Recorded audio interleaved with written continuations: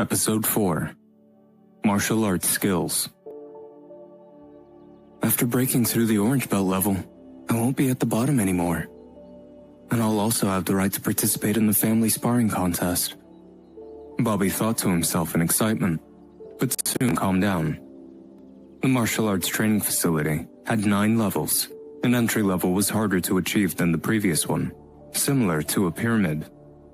Everyone knew that the first 3 were known as the body ranks. Fighters at this stage were also known as martial learners. Martial learners used force to strengthen their bodies to provide a strong foundation for later ability development. Although martial learners were very low, as they had just entered the gateway of martial arts, to cultivate to the peak of the 3rd, orange belt level, was not to be looked down upon.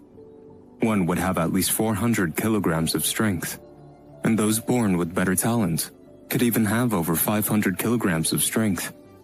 They could rip apart tigers and destroy bears with their bare hands.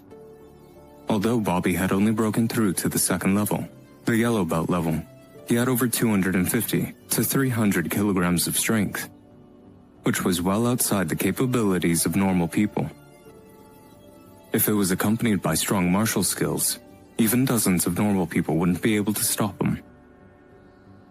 If I can reach the 3rd level and get the orange belt, and have 350 to 400 kilograms of force behind my attacks, my overall strength will at least double. Bobby felt in his heart. Of course, the thing that he yearned for was the 4th level, the green belt. The 4th through 6th levels of the training facility were known as the accumulation ranks. Students at that level were also known as martial artists. After entering this realm, the martial artists wouldn't just have strong body and blood. They could also strengthen their organs and use the power of inner strength, which surpassed that of pure muscle attacks. Once they reached martial artist, they would leave the realm of mundane people and enter a higher level.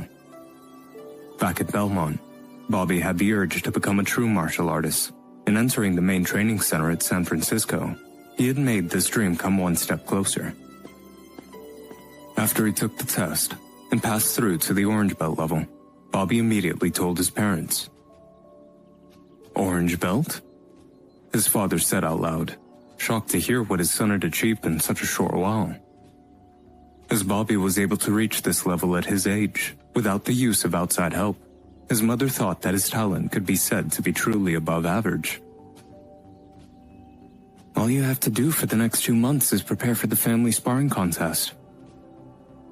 We do not need you to do extremely well, just do not lose face," his mother, Ashley, said, revealing a happy smile. For Bobby to reach this step, they were both very pleased and did not have higher expectations. However, Bobby's goals weren't restricted to just this. He wanted to become a true martial artist, maybe even reach the pinnacle of martial arts. Now, my status within the facility is now higher, and I have the right to enter the 1st floor of the martial arts library. The martial arts library contains many different martial arts skills, all of which will be of some use to me soon, Bobby thought to himself as he rushed off towards the library. "Brother Brown?" A slightly shocked voice of a girl stopped him halfway. The young girl's voice had a familiar sound and felt comfortable to listen to. Bobby's body turned stiff as a boy and girl close to his own age approached him from the side. The boy, wearing purple-colored clothes, almost like a scrub, had thick eyebrows, with a straight, tall back and sharp eyes. His skill level had reached the peak at the 3rd rank, and the other students around him could feel the pressure he emitted. "He is the training facility's 3rd highest-ranked student, Peter Chu," the people around them exclaimed, with faces full of worry and fear. The girl that came with Peter was a young woman wearing white. She had a clear and beautiful face. "Little Jessica Park," Bobby said, as he looked at the white-clothed girl, and his mouth subconsciously curled into a mocking smile. The girl in front of him was the one who entered the facility with him half a year ago, Jessica Park. Back at Belmont, Jessica was a huge fan of his. However, after they entered the main facility, they became distant from one another, and they were almost total strangers now. After Jessica made her entry into the main facility, she quickly became good friends with Peter, using her beauty, who was ranked third out of the outer disciples, and then, by using her connections, she had received her orange belt a month ago. At this moment, Jessica said something to Peter in his ears. "Okay, but just do not take too long," Peter said, as he nodded his head and leaned aside, not even bothering to look at Bobby. Jessica walked in front of Bobby and, in a complex manner and with a little sigh, said, "Brother Bobby, you have finally become an orange belt. However, I'm going to give you some advice. Do not be too stubborn. After coming here, I've realized that the place we started at is too low compared to the people here." "What do you want to say?" Bobby said, as he interrupted her with a cold face. Jessica had a bit of anger on her face, but she still bit her teeth and said, "Bobby, I'll give you another piece of advice. Go to Peter and pledge yourself to him. With his help, only then will you avoid any problems that may arise." Pledge? Bobby laughed coldly. He wouldn't pledge to anyone in his whole life. Peter had a cold aura and was extremely arrogant. Every time he saw Bobby, it was with his nose in the air, as if he was too high up to bother with his existence. Seeing Bobby's expression, Jessica immediately knew his answer.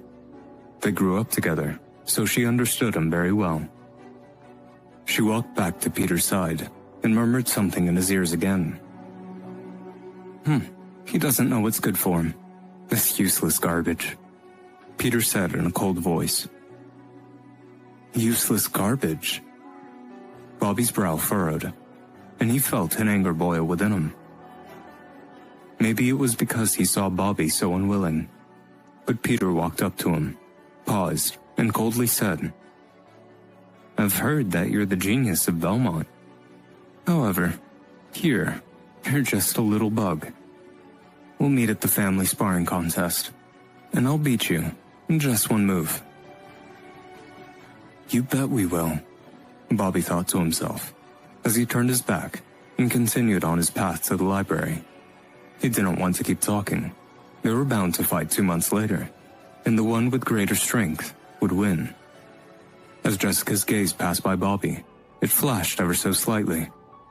At this point, she felt a strange feeling from Bobby, a feeling that she couldn't understand. "He sure thinks he's good," Peter snorted, laughing ever so slightly, especially since he did not consider him to be of any competition. Among the other town recruits, those that had entered the third level of the martial arts training facility didn't exceed 60 people, and to be ranked third out of these was proof enough that Peter did in fact have a few good tricks up his sleeve. But Jessica gave off a deep sigh in her heart, as she felt that Bobby was just finding trouble for himself. She understood Peter's strength very well. He was so strong that some of the third ranks couldn't even block a single move of his. After a short while, Bobby came to one of the training facility's most important grounds, the martial arts library. Therefore, it had elders guarding it. "Where do you come from, child?" the white-clothed elder inside the martial arts library said, as he looked at Bobby's identity plate and furrowed his brow. "Belmont, sir," Bobby said, with a polite face, as he knew the elder's strength. From his left eye, he felt a mysterious force coming from the elder. It was a layer of red aura between his blood and skin, but constantly moving through his veins, and could erupt at any time. Bobby knew that the white-clothed elder had already cultivated his inner strength, his chi, to a high degree, and could destroy 100 Bobbies in an instant. Only those that were at the 4th rank of the martial path or higher could have chi. Jessica, Tom, and even Peter were martial learners who wouldn't have chi. Bobby bowed and said, "Elder, I want to go to the 2nd floor of the library." A Achieving the second level at 14 years of age is average. However, before you go further, I must tell you that town recruits and city students undergo different treatment in the library, the white-robed elder said. When Bobby heard this, he paused a second, but then thought about the new rules of the Martial Path organization and immediately said, "Elder, please go on." Bobby knew that before having absolute power, he didn't have any right to discuss the rules. The white-clothed elder said with an expressionless face, "Those on the second level can only enter the first floor of the library. The first floor of the library has a lot of low-ranked martial arts, and a few middle-ranked ones. City students can choose 2 middle-ranked martial arts, or 4 low-ranked martial arts at most, and the limit for borrowing these is 2 months. Town recruits can only choose 1 middle-ranked martial art, or 2 low-ranked martial arts, and the time limit is 1 month." After listening to the rules, Bobby took a deep breath and said, "I understand, Elder." The town recruits only had half the quantity of time that the city students had. "Okay, you can go in now, but the time limit is half an hour," the elder said in a soft tone. Under the white-robed elder's guidance, Bobby slowly stepped into the martial arts library, a place he dreamed of coming to ever since he decided to be a martial artist.